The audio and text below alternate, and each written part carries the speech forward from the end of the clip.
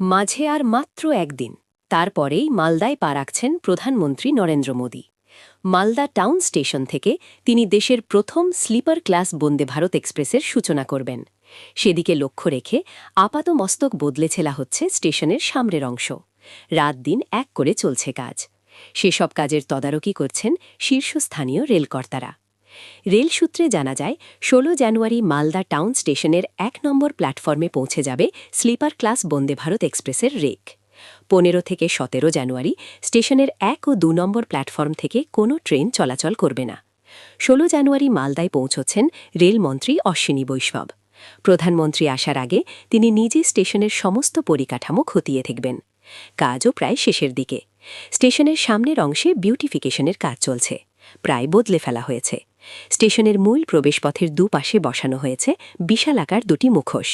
মালদা তার নিজস্ব লোকশিল্প গম্ভীরার জন্য বিখ্যাত। ওই মুখোশ দুটিও গম্ভীরা শিল্পের আঙ্গিকেই তৈরি করা হয়েছে। স্টেশনের বাইরে সবুজ ঘাসের উপর বসেছে শ্রী চৈতন্যের ফাইবারের মূর্তি। বসানো হয়েছে বাঁকুড়া টেরাকোটা শিল্পের কিছু মিউরাল। নতুন চারাগাছও বসানো হচ্ছে সেখানে।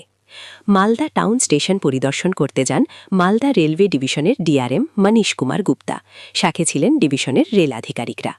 মালদা রেল ডিভিশনের পিআরও জানান, প্রথম বন্দে ভারত স্লিপার কোচ শুভ উদ্বোধন প্রধানমন্ত্রী ১৭ জানুয়ারি মালদা টাউন স্টেশন থেকে করবেন।